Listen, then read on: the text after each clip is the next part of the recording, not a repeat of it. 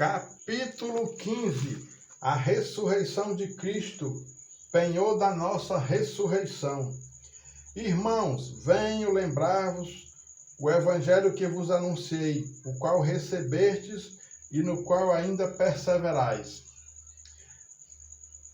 Por ele também sois salvos, se retiverdes a palavra tal como vô-la preguei, a menos que tenhais crido em vão. Antes de tudo, vos entreguei o que também recebi, que Cristo morreu pelos nossos pecados, segundo as Escrituras, e que foi sepultado e ressuscitou ao terceiro dia, segundo as Escrituras, e apareceu a Cefas e depois aos 12.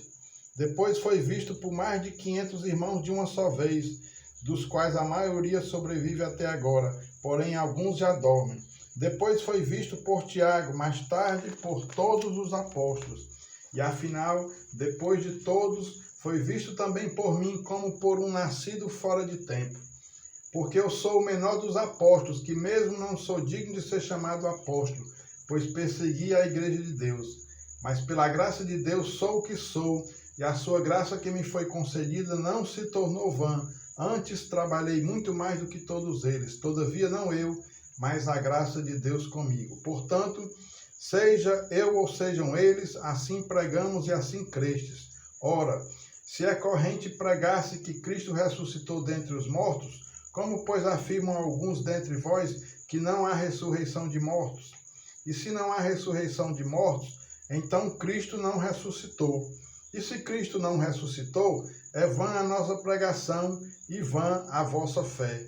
E somos tidos por falsos testemunhas de Deus, porque temos asseverado contra Deus que ele ressuscitou a Cristo, ao qual ele não ressuscitou, se é certo que os mortos não ressuscitam. Porque se os mortos não ressuscitam, também Cristo não ressuscitou.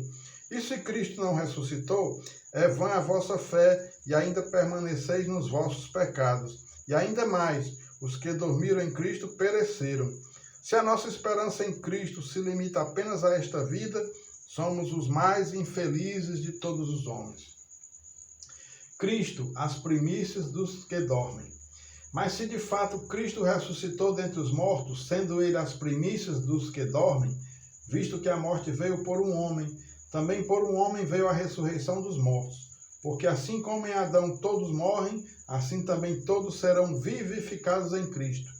Cada um, porém, por sua própria ordem. Cristo, as primícias, depois os que são de Cristo na sua vinda. E então virá o fim, quando ele entregar o reino ao Deus Pai, e quando houver destruído todo o principado, bem como toda potestade e poder. Porque convém que ele reine até que haja posto todos os inimigos debaixo dos pés. O último inimigo a ser destruído é a morte, porque todas as coisas sujeitou debaixo dos pés. E quando diz todas as coisas lhe estão sujeitas, certamente exclui aquele que tudo lhe subordinou. Quando, porém, todas as coisas lhe estiverem sujeitas, então o próprio Filho também se sujeitará àquele que todas as coisas lhe sujeitou, para que Deus seja tudo em todos. A ressurreição em relação à vida prática. De outra maneira que farão os que se batizam por causa dos mortos, se absolutamente os mortos não ressuscitam, porque se batizam por causa deles, e porque também nós nos expomos a perigos a toda hora. Dia após dia morro. Eu o protesto, irmãos, pela glória que tenho em vós outros, em Cristo Jesus nosso Senhor. Se como homem lutei em Éfeso com feras, que me aproveita isso? Se os mortos não ressuscitam, comamos e bebamos, que amanhã morreremos. Não vos enganeis, as más conversações corrompem os bons costumes. Tornai-vos à sobriedade, como é justo, e não pequeis, porque alguns ainda não têm conhecimento de Deus. Isto digo para vergonha vossa. Os ressuscitados terão corpo. Mas alguém dirá, como ressuscitam os mortos, e em que corpo vêm? Insensato, o que semeias não nasce se primeiro não morrer. E quando semeias, não semeias o corpo que há de ser, mas o simples grão, como de trigo ou de qualquer outra semente. Mas Deus lhes dá corpo como lhes aprove dar, e a cada uma das sementes o seu corpo apropriado. Nem toda carne é a mesma, porém uma é a carne dos homens, outra a dos animais, outra a das aves e outra a dos peixes. Também há corpos celestiais e corpos terrestres, e sem dúvida, uma é a glória dos celestiais e outra a dos terrestres. Uma é a glória do sol, outra a glória da lua, e outra a das estrelas, porque até entre estrela e estrela há diferenças de esplendor. Pois assim também é a ressurreição dos mortos. Semeia-se o corpo na corrupção, ressuscita na incorrupção. Semeia-se em desonra, ressuscita em glória. Semeia-se em fraqueza, ressuscita em poder.